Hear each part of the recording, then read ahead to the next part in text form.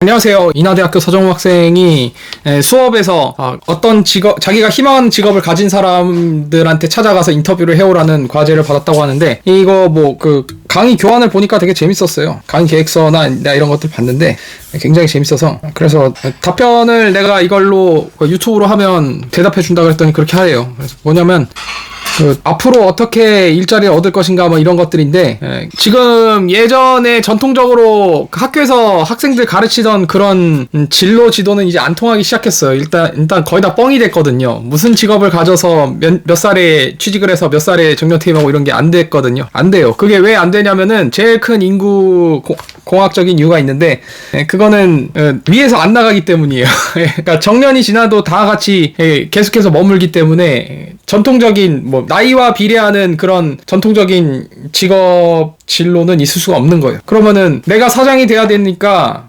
지금 사장은 퇴임하셔야 됩니다, 이런 얘기가 되잖아.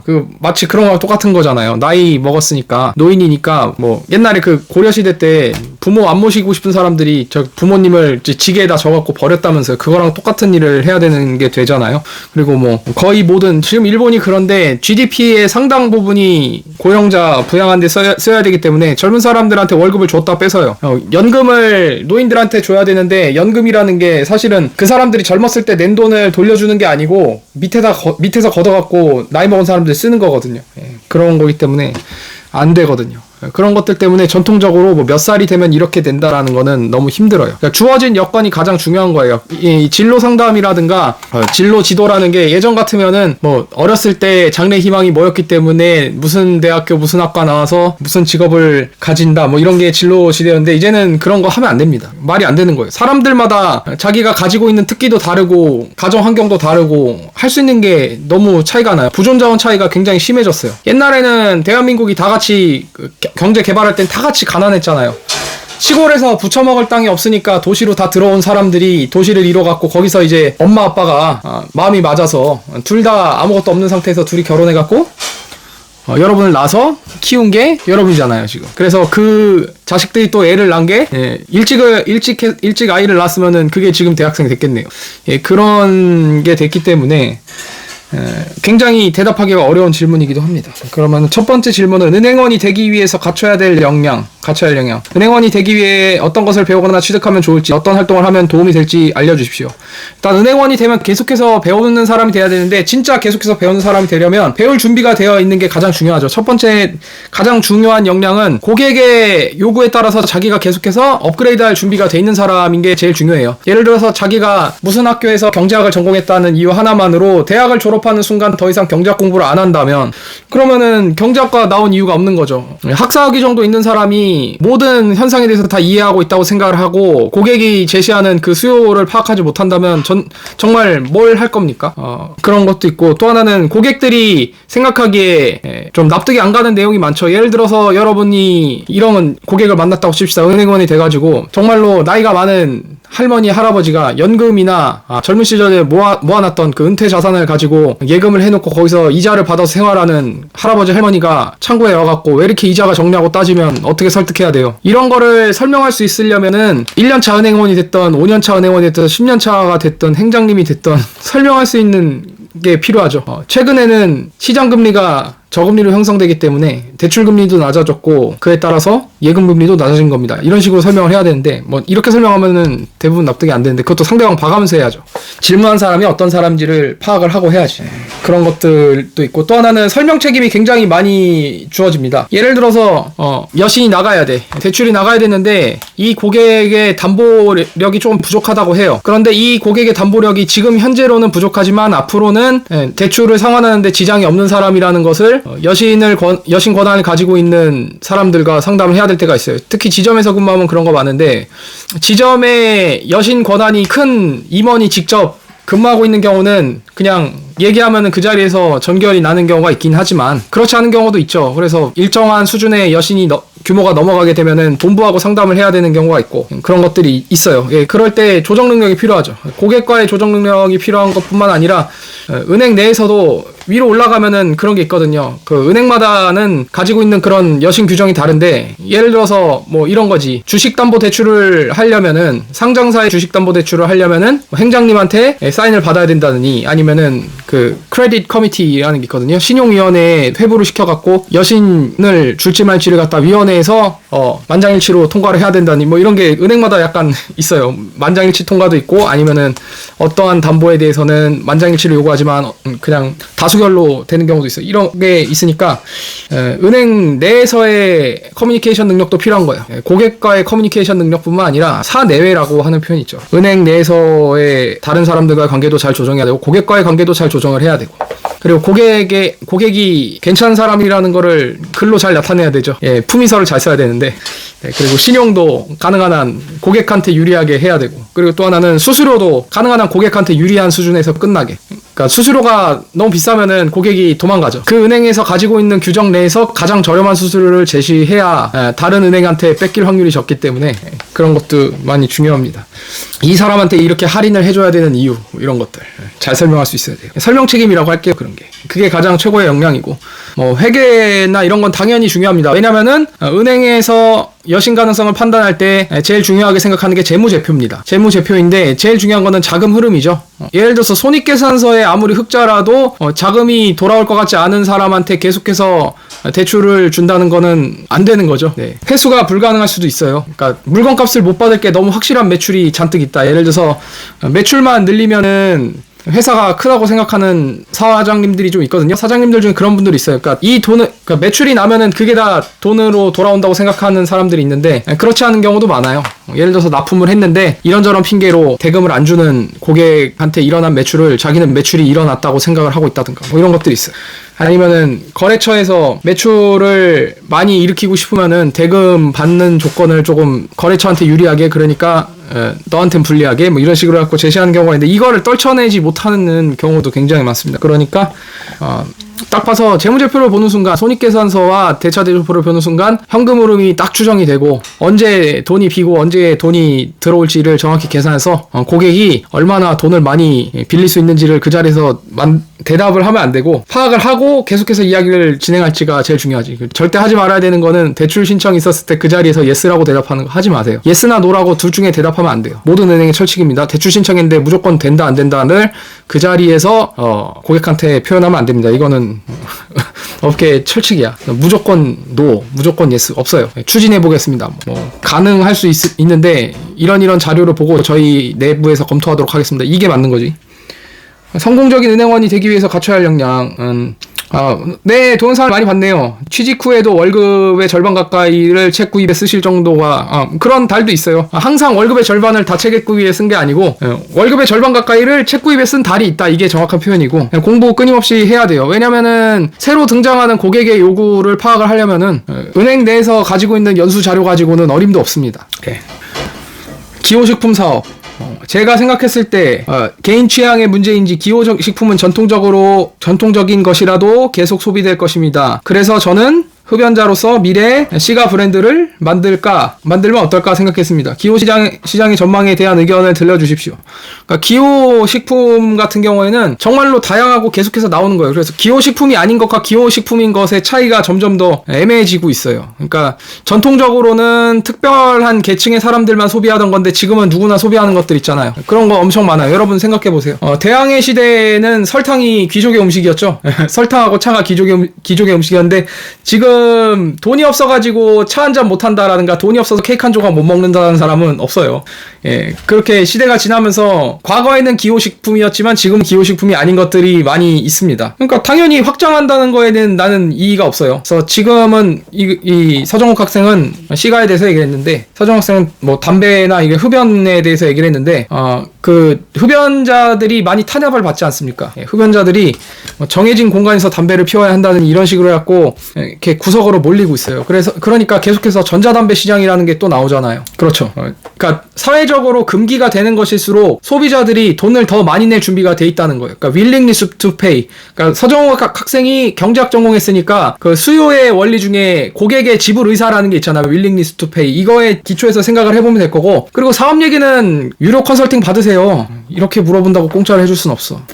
자, 사장될 직종의 특성. 제가 생각했을 때 여러 첨단 기술이 발전한 미래의 복잡성이 직종의 생사를 가르지는 않을 거라고 봅니다. 친밀감 같은 인간의 원초적 본능을 자극하든가 창의력이 요구되는가, 이 두 가지가 미래에 살아남는 직종과 그렇지 않은 직종을 가른다고 생각합니다. 뭐 지금 일반론이 그래요. 예, 그렇게 말씀해도 돼요. 저는 어떻게 생각하는지. 그러니까 대장님은 저보고 대장님이라고 했네. 나보고 대장님이라고 했네. 그래. 대장님은 어떻게 생각하는지 궁금합니다. 미래에도 복잡성이 직종의 생사를 가릅니다. 예, 그러니까 복잡하고 어려운 직종하고 대신에 중간이 없어지는 거지. 그러니까 누구나 그냥 어플리케이션 보면서 일하는 그런 직종도 있고, 아니면은 정형화되기 힘든 것들, 표준화와 정형화가 어려운 작업들은 계속해서 더 복잡해지겠죠. 그리고 AI와 싸워야 돼. AI와 싸워야 되는데 AI가 가지고 있는 거는 과거에 여태까지 일어났던 패턴을 학습해서, 그러니까 인공지능이 인공지능뿐만 아니라 심층학습이나 고도의 학습을 통해서 하는데, 그 학습의 자료는 대부분 과거의 데이터에 기반한 겁니다. 과거의 기반의 데이터에서 미래를 정확히 예측할 수 없으면 비슷하게는 예측할 수가 있겠죠. 그런데 여러분도 그거 알고 있죠. 이 질문을 하는 학생들을 보면은 아마 그 5%의 꼬리 효과라는 게 있거든요. 5%의 꼬리 효과. 통계학적으로 보면은 95%의 확률로 일어나지 않는 일이라고 하면은 거의 안 일어나는 일이라고 보면 돼요. 그런데 나머지 5%의 원하지 않는 사건이 터졌을 때 파급 효과가 매우 강한 경우가 있어요. 그 5%의 원하지 않던, 그러니까 너무도 위험하고 파급 효과가 큰 그런 5%가 지나치게 시간적으로 집중된 시간 안에 발생하는 게 있거든요. 이런 거를 해결할 수 있는 게 앞으로 사장님이 해결할 일이겠죠. 그래서 앞으로도 직무의 복잡성은 직종의 생사를 더더욱 가릅니다. 이럴 때는 이제 그 데이터를 기다릴 수가 없어요. 데이터가 나오기 전에 이미 상황이 종료될 텐데 과거의 패턴을 봤을 때 이래왔습니다라고 하지 못하는 영역이 굉장히 많죠. 그리고 친밀감 같은 인간의 원초적 본능을 자극하는 것, 이거는 여태까지 다 그래왔습니다. 그런데 되레 지나치게 친밀하면은 박수 치면서 매출이 안 나는 경우가 있어요. 여러분이 예를 들어서 그 폴더블 폰 말고, 그러니까 요새 나오는 그 접었다 펴는 스마트폰 말고 정말로 옛날에 나왔던 그 기억나시죠? 그 애니콜 이런 거 90년대 말이나 2000년대 초반에 나왔던 그 폴더폰을 사람들한테 보여주면은 옛날 생각이 난다. 나는 이 폰을 가지고 여자친구랑 문자 메시지를 받았던 추억이 남아있어 라고 하는데, 여기다가 최신형 핸드폰보다 더 비싼 가격을 붙이면은 살 사람 했을 때 몇 명이나 남습니까?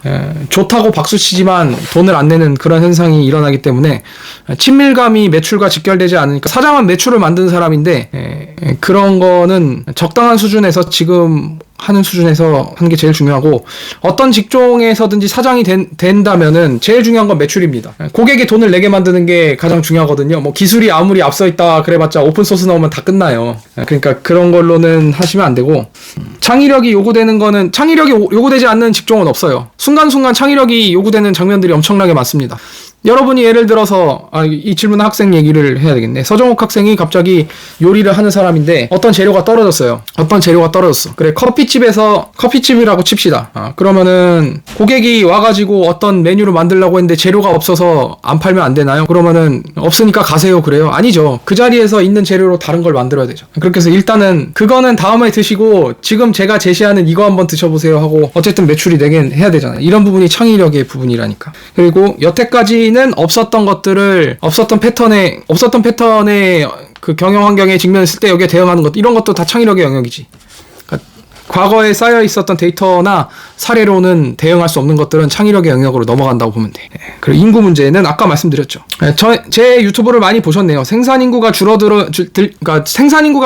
거는 필요한 사람들이 없기 때문이기도 하고, 또 하나는 생산 인구의 정의가 잘못됐기 때문인 거예요. 생산 인구의 정의가 전통적으로 인구 통계학적으로는 만 15세에서 65세까지 정도를 생산 가능 인구라고 하면서 그걸 워크포스라는 단어를 써가면서 뭐 이렇게 얘기하는데, 전통적으로 그렇게 정의돼 왔지만 지금은 65세 넘은 사람들 중에 멀쩡하게 일하는 사람 많아요. 70세에도 일 잘하는 사람 많고요.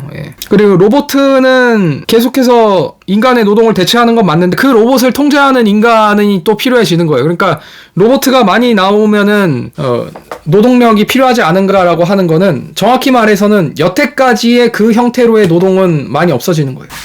여태까지 그런 형태로의 노동이 없어지는 거고 집에 갔다가 재교육받아서 다시 나오죠. 그렇게 하는데 그래도 젊은이가 적다? 이거는 문제가 안 돼요. 이제는 젊다의 기준이 주관적이잖아요. 20대 초반인데 벌써부터 젊은이가 아닌 정신 상태를 가지고 있는 사람도 있는가 하면 70, 80, 90 아니 정말로 손만 까딱까딱하는 그런 나이 든 사람, 죽음이 삶보다 가까운 사람이 더 젊을 수도 있는 거야. 그래서 젊은이라는 거는 그 정의가 나는 이제 틀려간다고 생각해요. 예. 그 정의 자체가 연령을 기준으로 젊다와 젊지 않다를 정의할 수가 없는 거예요. 뭐 자기 질문 수준이 별로 높지 않다고 쓸데없는 겸손하지 마시고 지금 뭐 대학교 1, 2학년밖에 안 되는 것 같은데 뭐 대단히 큰 좋은 질문을 할 수 없는 거는 너무 자연스러운 거고 또 질문을 했으면 좋겠습니다. 그러면은 나한테 한 거 말고 그 과제에 나와 있는 그 질문지를 내가 다시 한번 볼게요. 내가 보고서 발문은 이거야. 과제에 적혀있는 질문은 진로에 대해 직간접적으로 도움을 받을 수 있는 사람의 조언을 통해 본인이 설정한 진로에 대해 탐색하고 그 결과를 자세하게 기술하시. 그러면은 질문사항엔 없지만 내가 대답해 줄 수 있는 거는 자꾸 누가 만들어 놓은 길 쫓아가려고 하지 말라 이겁니다. 그러니까 대부분의 확실해 보이고 안정되게 보이는 길은 노예의 길입니다. 노예의 길. 그걸 따르면은 그 길을 만든 사람한테 유리하기 때문에 확실한 미래를 약속을 하는 거지. 근데 그 확실한 미래라는 게 네가 노예가 된다는 거야. 그 이외에 아무것도 없어요. 그리고 정말 자유롭고 자기 자신의 자아가 완벽해질 수 있고 자아가 도야가 되고 그리고 물질적으로도 예를 들어서 하고 싶은 거 할 만큼의 돈이 있는 수준의 경제적인 보상이 주어지는 일들은 대부분 앞으로는 어떻게 될지 몰랐던 일들이에요. 내가 30살 간 넘어서 이런 얘기 하는 게 이르다고 생각할지 모르지만 20대 초반부터 안정을 외치던 친구들 중에 지금 안정적인 애 한 명도 없어요. 그리고 되레 이상한 길만 쫓아다니던 애들이 더 결과가 좋고 더 많이 성공을 했습니다. 그래서 나중에 어떻게 되냐면은 안정을 추구하는 애들은 어느샌가 다 사라져. 그러니까 성공이라는 틀하고 점점 멀어져. 안정을 바라보고 정해진 길을 갔던 친구들은 안타깝지만 그 진로대로 따라가다가 지옥에 간 것 같아. 그래서 알아서 연락이 안 오는데 나는 그 친구들한테 일부러 연락할 이유도 없어요. 왜냐면은 내 존재 자체가 그 친구들에게 열등감을 조장할 수 있기 때문에 연락이 오면은 반기지만 내가 먼저 연락하지 않는 거야. 그런 것도 있고 안정을 추구했던 애들 중에서 안정조차 되지 못한 사람들이 대부분이라는 거. 대표적으로 그런 거 있지. 무슨 직업을 가지면 연봉이 얼마다라고 해봐. 예를 들어서 20대 초반에 그 목표를 가지고 그 직업을 가지고 드디어 연봉이 얼마야. 그런데 기준을 연봉으로 잡았잖아. 거기서부터 틀린 거예요. 연봉을 뛰어넘는 거를 기준으로 잡아야 되는 거였어. 처음부터. 뭐 연봉이 몇 억 이런 걸로는 안타까운 일이야. 지금 예를 들어서 10년 전, 20년 전에 대학교에 나와 있는 채용 공고하고 대학교 그 진로 상담실이나 이런 데 있는 채용 공고하고 지금 채용 공고 보세요. 2000년대 초반의 근로 조건하고 현재 근로 조건을 비교해 보면은 15년 내지는 20년 사이에 엄청나게 악화가 돼 있어. 그때 제시하던 초임이 지금 초임하고 비슷한데 뭐 생활 물가 같은 거 보세요. 김밥 한 줄 값이 얼만데 김밥 한 줄 2,000원도 안 하던 시절에 대졸 초임하고 김밥 한 줄에 5,000원, 6,000원 하는 지금의 대졸 초임이 같아. 그러면은 근로 조건이 악화된 거잖아. 그런데 10년 전, 20년 전에 기준을 가지고 예를 들어서 어렸을 때는 이 정도 돈을 벌면 내가 생활이 충분할 것이다 라고 생각했던 그 돈을 보고 그 연봉을 받기 위해서 10년, 20년 노력해서 정작 그 연봉을 받기 시작할 때 시작되는 게 뭐야. 실제로 실수령액이 얼마 안 된다는 거예요. 그래서 뭐 연봉이 몇 억이면은 실수령액이 그거 반보다 약간 넘는 수준이고 뭐 그런 거야. 그래서 목표 자체를 지나치게 샤프하게 명확하게 잡으려고 하지 마세요. 왜냐면 지금 그 서정욱 학생이 몇 학년이라 그랬더라? 몇 학년이라 그랬지?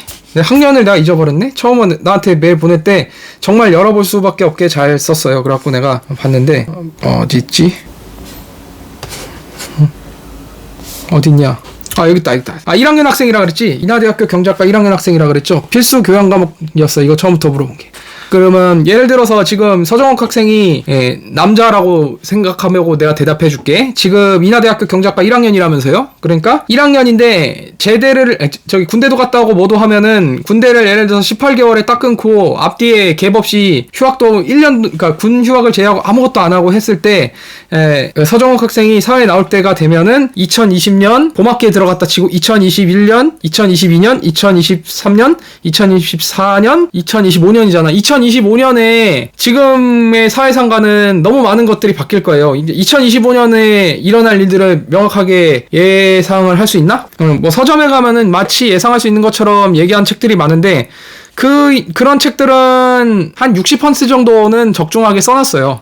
왜 점집에 가면은 나를 처음 보는 점쟁이가 점사 보시는 분들이 너무 나에 대해서 너무너무 잘 아는 사람처럼 느껴지는 말투로 얘기를 하잖아요. 그 심리학적인 트릭인데 그런 게 약간 들어가 있어요.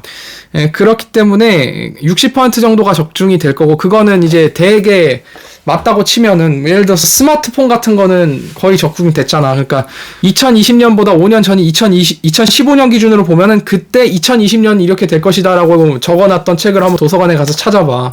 잘 봐줘야 60%가 맞는 거야. 그 60% 맞는 거 중에서 서정욱 학생의 예상대로 된 거는 서정욱 학생의 삶을 정확히 그 예정대로 되는 거는 얼마 없을 겁니다. 그러니까 지나치게 예정을 많이 하려고 하지 마시고 뭐 그런 거지. 대학교 들어갈 때는 A 학과가 굉장히 유망했는데 졸업하고 나니까 A 학과는 필요 없고 가장 인기가 없었던 B 학과가 갑자기 각광받기 시작하고 그제서야 대학교를 한 번 더 갈 건가요? 그러면 그 대학 또 졸업할 때 되면은 B 학과도 비인기 학과 될 건데 뭐 이런 거니까 너무 목표를 명확하게 세우지 마세요. 어차피 그대로 안 됩니다. 왜 그러냐면 이 안대훈 머장님 같은 사람들이 어떤 사람들이 이 직업을 가지면 굉장히 돈을 많이 받을 수 있다고 이야기가 나오잖아요. 유망한 직업이 이거다라고 나오면은 이 머장님 같은 사람들이 그 직업에 그 사람들이 그렇게 많은 연봉을 받을 수 있는 이유를 거꾸로 역산해서 생각해보면 관련된 용역이 인건비 따먹기 싸움인 곳이잖아요. 그러니까 대체할 수 없고 표준화하기 어려운 그런 공정들로 되어 있는 그런 직무 능력이 주를 이루고 있는 곳이기 때문에 머장님 같은 사람들이 그런 거를 표준화시켜버려요. 그러니까 군더더기를 없애고 사람이 안 하는 일로 만들어드립니다. 그러니까 그런 거를 너무 정확히 뭐가 유명하다 이런 거 쫓아가지 마세요. 그 유망하다는 거 쫓아가서 내가 드디어 그 자리에서 자리 잡으려고 할 때쯤 갑자기 이렇게 됩니다. 그 분야에서 학사학위로는 취업이 불가능해지거나 예를 들어서 뒤늦게 석사학위를 따고 가면은 그때는 박사학위를 요구하기 시작하고 그 다음에는 사람이 안 하는 일이 돼 있어요. 그러니까 너무 진지하게 생각하지 마시고 난 그거예요. 별로 정해놓고 너무 명확하게 뭔가 하려고 하지 말라는 거. 근데 확실한 거는 처음에 보냈던 이메일이나 이런 거를 보면은 내 동영상을 많이 본 것 같더라고요. 이런 거는 굉장히 좋은 능력이에요. 그러니까 어떤 사람들이 이런저런 담론을 가지고 있는데 상대방의 담론을 가지고 그 담론을 가지고 질문을 하는 용기를 가지는 게 좋은데 이런 거는 나중에 어떤 사업을 하든 사업 기획 능력이 되겠죠. 그리고 섭외 능력도 될 겁니다. 그 영혼 없는 이메일 보내거나 영혼 없는 콜드콜 하는 사람들은 상대방한테 반응을 얻기 힘들어. 왜냐면은 그렇게 달라고 하는 사람들은 흔해 빠졌기 때문에. 그런데 그런 걸로 흔해 빠진 사람들하고 똑같이 가지 않고 나만의 이야기를 가지고 내가 당신이 한 이야기를 이 정도 듣고 이런 식으로 생각을 하고 있는데 이게 이런 뜻이냐라고 물어보면 상대방이 반응을 할 수밖에 없죠. 이런 능력이 잘 발휘가 되는 거고 앞으로 1학년이니까 앞으로도 할 것도 많고 그러니까 너무 진로 하지 마세요. 어차피 졸업할 때 그대로 안 되니까. 그리고 또 질문이 있으면은 또 얘기하세요. 그리고 멤버십도 가입한 것 같고 그러더라고. 그러니까 멤버십 가입한 사람들은 돈을 내는 사람들이니까 돈을 낸 사람들을 위주로 내가 하고 있거든요. 저는 제 동영상을 아주 열심히 봐가지고 어떻게 잘 되고 있는 사람들이거나 돈을 내는 사람들 둘 중에 하나가 아니면은 대답을 안 해요. 그 이유는 나 혼자 진지할 필요가 없기 때문이야. 나 혼자 진지해봤자 내 에너지만 낭비가 되는 것 같고 별로 있는 대로의 사실을 얘기해주면은 분노한 사람들이 있더라고. 그런 사람들의 일상을 파괴할 생각도 없어. 왜냐면 그런 사람들이 그렇게 현실에서 도피하고 살아야지 나 같은 사람들 포함해서 그리고 내 이야기를 듣고 자기 생활에 적용해 나가는 사람들이 경제적으로 성공할 확률이 높아지니까 그런 사람들은 그렇게 하게 내비두고 나의 길을 만들겠다, 우리의 길을 만들겠다 하면은 계속해서 내 채널을 보면 됩니다. 그러면은 또 질문하시면 되고 또 뵙도록 하겠습니다. 안대훈입니다.